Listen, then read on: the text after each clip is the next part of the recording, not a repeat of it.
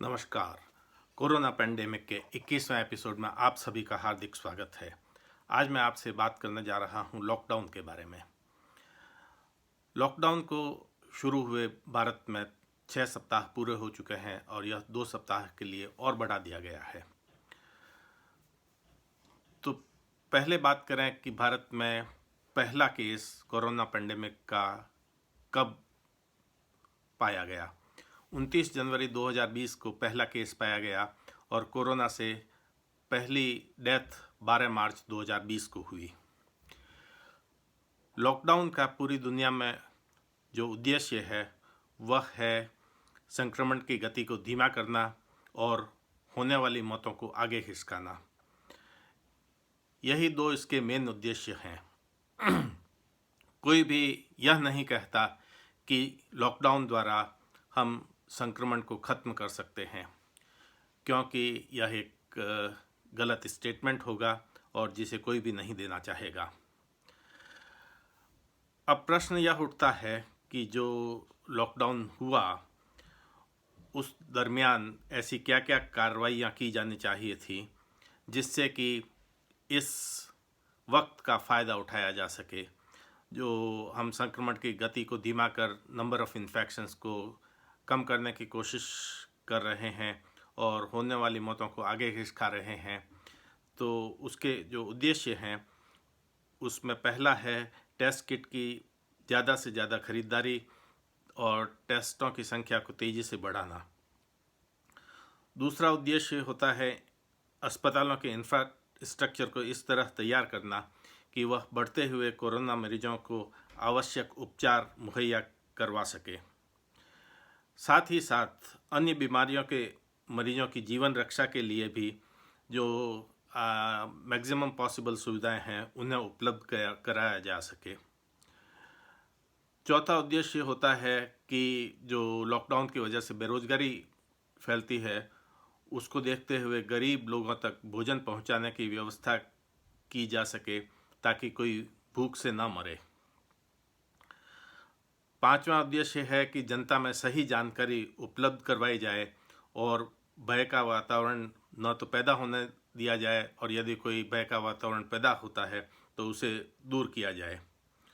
और मेरी समझ में जो छठा उद्देश्य लॉकडाउन का हो सकता है वह है फ्रंटलाइन वर्कर्स जैसे कि स्वास्थ्य कर्मी, पुलिस कर्मचारी, लॉजिस्टिक्स में ग्राउंड लेवल पर कार्य करने वाले व्यक्ति, इन सभी को आवश्यक पीपीई उपलब्ध करने का इंतजाम करवाना। तो इफ़ेक्ट्स जो हैं वो लॉकडाउन के क्या हुए हैं।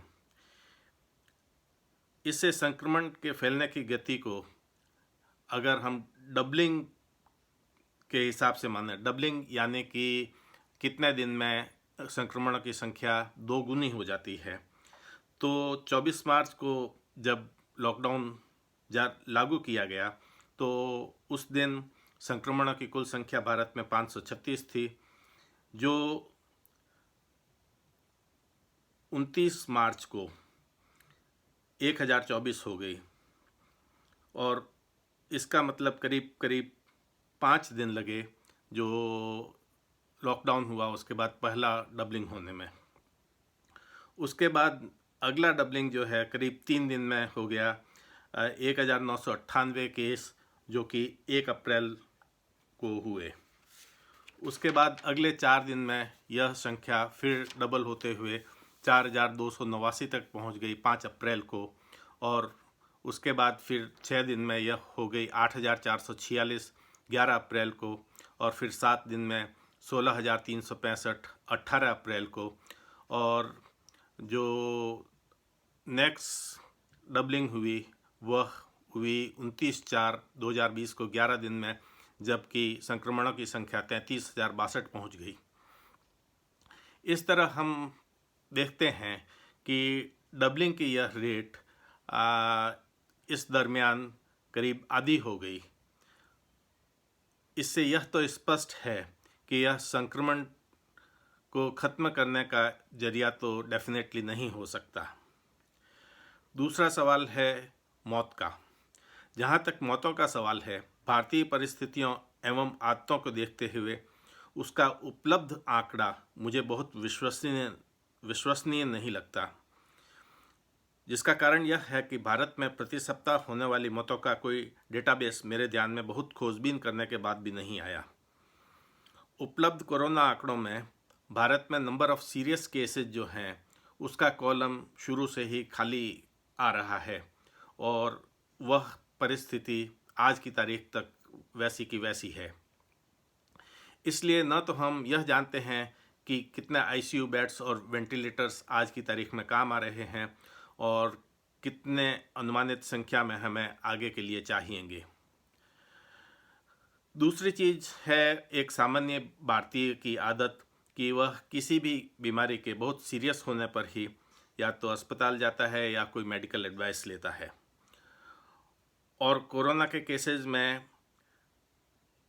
अधिकांश मामलों में कंडीशन सीरियस होने के बाद बहुत लंबा समय नहीं लगता मौत के आने में। सामान्यतः अगर कोई सीरियस कंडीशन में पहुंच जाता है कोरोना संक्रमण से तो 1 से 3 दिन में उसकी मौत हो जाती है। ऐसी परिस्थितियों में बहुत संभव है कि कोरोना से होने वाली बहुसंख्यक मौतें भारत जैसे देश में घर में ही हो रही हों और हमें कोई प्रामाणिक आंकड़ा उपलब्ध ना हो।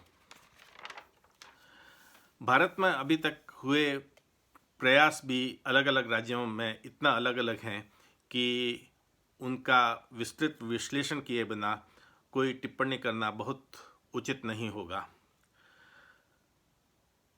मगर उसके साथ ही अगर हम ओवरऑल देखें तो भारत में आज की तारीख तक प्रति 10 लाख जनसंख्या पर टेस्ट की संख्या कल का दिन खत्म होने तक 708 थी, जो कि नंबर ऑफ टेस्ट पर मिलियन पॉपुलेशन के हिसाब से सबसे नीचे आने वाले देशों में एक है।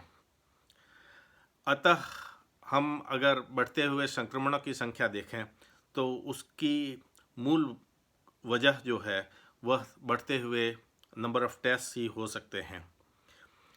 जहाँ तक मौतों की संख्या का सवाल है उसके बारे में मैं आपको पहले ही बता चुका हूँ कि जो भारत के उपलब्ध आंकड़े हैं उनकी विश्वसनीयता को बहुत सही नहीं माना जा सकता। अन्य क्षेत्र जैसे कि हेल्थ केयर इंफ्रास्ट्रक्चर, अन्य बीमारियों के मरीजों के लिए इंतजाम, गरीबों के भोजन की व्यवस्था, सही सूचनाएं जनता तक पहुंचाना एवं उसे संवाद कर भय का वातावरण दूर करना और फ्रंटलाइन वर्कर्स के लिए उचित मात्रा में पर्सनल प्रोटेक्टिव इक्विपमेंट्स का इंतजाम करना, इन सभी क्षेत्रों में आज की तारीख में न तो कोई योजना नज़र आती है न इंतजाम। इस दूरदर्शिता के अभाव एवं आवश्यक कार्रवाइयों की नितांत कमी के नतीजे क्या हो सकते हैं, देखें उस पर एक नज़र डालते हैं। एक नतीजा तो यह होगा कि लॉकडाउन में जब भी कोई ढील दी जाएगी तो उससे संक्रमण की संख्या तेज़ी से बढ़ेगी। मगर उसके साथ ही साथ लॉकडाउन को अनिश्चित काल तक भी नहीं बढ़ाया जा सकता, क्योंकि यह पेंडेमिक जो है कोरोना का, उसका अभी कोई अंत जल्द में नज़र नहीं आता। इन सब परिस्थितियों को देखते हुए बजाय इसके कि हम अपनी पीठ ठोकें और वास्तविकताओं से आंख चुराएं, बेहतर होगा कि हम वास्तविकताओं का सामना करें।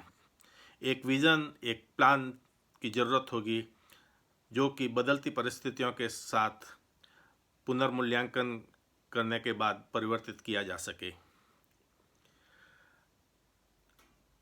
पेंडेमिक, कोरोना का जो पेंडेमिक है वह एक मानव त्रासदी है और इसे इवेंट बनाकर हम अपने आप का ही नुकसान करेंगे, किसी अन्य का नहीं। मुझे कल की तीनों सेनाध्यक्षों की एक प्रेस कॉन्फ्रेंस पर कोरोना वॉरियर्स पर फूल वर्षा करने की घोषणा एक भद्दा सा मजाक लगा। सेना ने विभिन्न आपात स्थितियों में समस्त भारतीयों के लिए बहुत ही सराहनीय कार्य किए हैं। बजाय फूल बरसाने के वह भोजन व दवाइयाँ आदि पहुंचाने के इंतजाम में मदद करती तो ज़्यादा अच्छा होता। फ्रंटलाइन वर्कर्स जो हैं उन्हें आज फूलों की वर्षा नहीं चाहिए, उन्हें चाहिए पीपीई किट्स। और उन्हें चाहिए यदा कदा होने वाले हमलों से सुरक्षा। इसलिए ये इवेंट तो बंद होने चाहिए और ऐसे आवश्यक कदम उठाए जाने चाहिए कि हम इस मानव त्रासदी का मिलजुल कर सामना कर सकें। चलते चलते आपको एक बार फिर याद दिला दूं कि आप इसे ज़्यादा से ज़्यादा शेयर कीजिए, बेल आइकन दबाकर नोटिफिकेशन पाइए। अगर आपको यह कार्यक्रम पसंद आता है तो इसे लाइक कीजिए, कमेंट बॉक्स में अपने कमेंट लिखिए ताकि मैं इसे और बेहतर बना सकूं। आज के लिए बस इतना ही। बहुत बहुत धन्यवाद।